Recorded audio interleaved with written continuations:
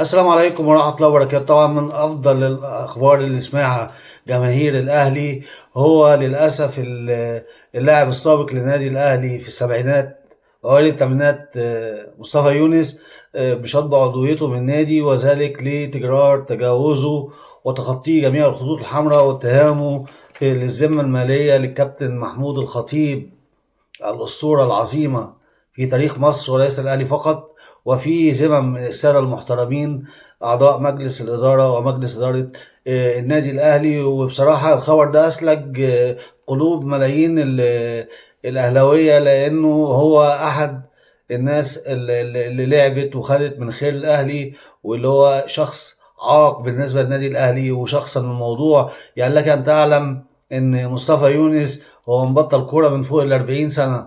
من فوق ال40 سنة جت مجالس إدارة مختلفة، حسن حمدي وصالح سليم ومحمود طاهر والخطيب، مع احترامنا للألقاب، في خلال 40 سنة لم يستعين بيه أي رئيس نادي فيهم من قبل ما الكابتن محمود الخطيب يمسك من 2017، بما يعني ان هو عنده مشاكل سلوكية، ودائما دور على السلوكيات وعلى الطريقة، ان هو كان شخصية تصادمية ولم يكن ابدا عنصر فعال، سواء في التدريب، تاريخه التدريبي، او في تاريخه الاعلامي، او ما يخص الادارة. والا كان حتى راح في اي نادي من الاندية الاستثمارية وكان بقى عضو، وكان بقى ذو منصب زي كابتن احمد شوبير او غيره. انما هو دائما وابدا كان الناس شخصيه منفره تصادميه، لا يجيد فن الحوار، بيتجاوز. ارتمى في احضان المستشار مرتضى منصور لما كان بيغلط في الاهلي وكابتن الخطيب، ولبس الفانيلا البيضاء والما في الخمر في الاهلي وفي ادارته، فغير مأسوف عليه. واحنا كجماهير الاهلي فرحانين جدا، وكل ما يقوله هو كذبا. بيقول لك جماهير الاهلي بتقابلني تقول لي احنا نفسنا نبقى في مجلس اداره، ما انت ما عملتهاش وانت في عز ريعان شبابك وفي عز صحتك. هتعملها دلوقتي وانت متخطي حاجه و70 سنه؟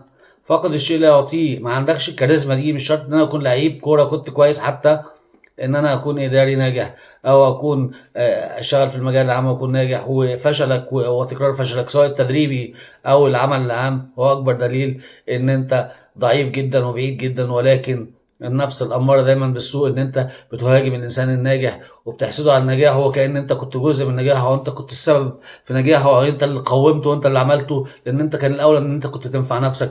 نفس الكلام بينطبق ان شاء الله باذن الله. الاهلي يقوم بشطب الشخص المتجاوز الكاره الحاقد الناقم، اللي لولا الاهلي ما كان حد سمع عنه، اللي هو الاخ مجدي عبد الغني، اللي دائما وابدا لا يتوانى في ان هو يتجاوز، واللي معروف قصته ايه سبب كراهيه مجدي عبد الغني. ودي من الاسرار الحاجات اللي هي لما كان بيلعب في البرتغال، لما احترف زمان في البرتغال، لما كان في الاهلي واحترف في البرتغال مجدي عبد الغني، ورجع في نادي مغمور على فكره، ما كانش من صفوه يعني، مش بورتو ولا بتاع ولا بنفيكا ولا بتاع.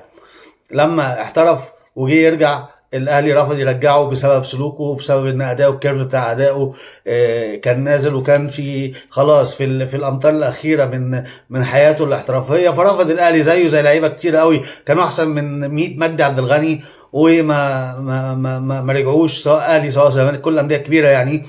فالمهم راح المريخ، فدي ما انساهاش.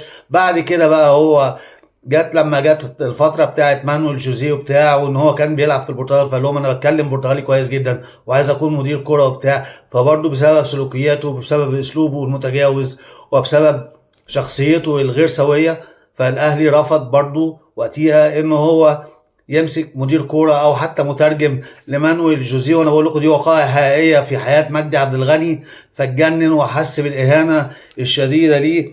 بعديها برضه لما تجاوز في رئيس النادي الاهلي في فتره من الفترات، فتوقف ان هو يخش النادي لمده 6 شهور، من كتر حقده وغله وكراهيته للنادي الاهلي كان لا يتوانى ان اي برنامج او اي حلقه وقت اي اخفاق او اي حاجه بيخسرها النادي الاهلي كان لا يتوانى ان هو يتكلم على الاهلي بشكل وحش، وينتقد مجلس اداره وينتقد كابتن الخطيب بشكل متجاوز وبشكل فج. وكان بيصطاد في الماء العكر اي حد على خلاف مع النادي الاهلي او مع مجلس الاداره، زي الواقعه اللي حصلت مع حسام عاشور لما حصل مشكله مع اداره الاهلي. جاب وقال له هي الناس اللي القصر دي عملت معاك ايه على اداره الاهلي؟ الا تستحي يا رجل؟ يعني انت انسان متجاوز. هل اداره الاهلي تستحق كده؟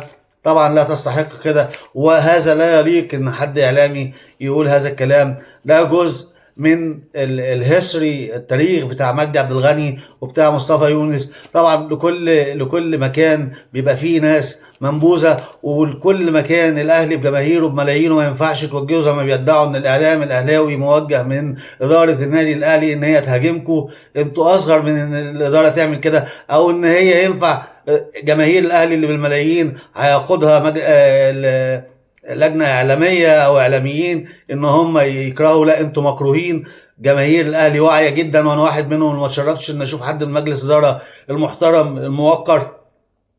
ومع ذلك انا ما بحبكش من تاريخك مع الاهلي، من تجاوزك على الاهلي، سواء انت او الاخ مصطفى يونس اللي هو يخوض ويتجاوز كان ويعمل ويقول وبتاع، وبعدين يجي في لحظات ضعف مع مهيب عبد الهادي مره، وفي قناه الحدث مره، ويعيط ويقول لك اصل انا بحب الخطيب، انا عايز اروح ابوس راسه، عايز اطمن عليه. ناس ممثله، ناس ببيت وش، انما يظل الاهلي كبير ويظل الاهلي عظيم. الخطيب انتصر على الجميع، حتى الرجل الاكثر شراسه وضراوه تعامل معاه المستشار مرتضى منصور ربنا يشفيه بعد حرب ضروس، ومن غير سبب لم يتفوه كابتن الخطيب كعادته في بكلمه واحده تلف الايام، ويعترف المستشار مرتضى منصور ان محمود الخطيب افضل لاعب جه الكره المصريه، وافضل رئيس نادي بالارقام، تجاوز ال60 بطوله في خلال مرحله رئاسته لنادي الاهلي. ربنا ينصر الاهلي، والاهلي فوق الجميع.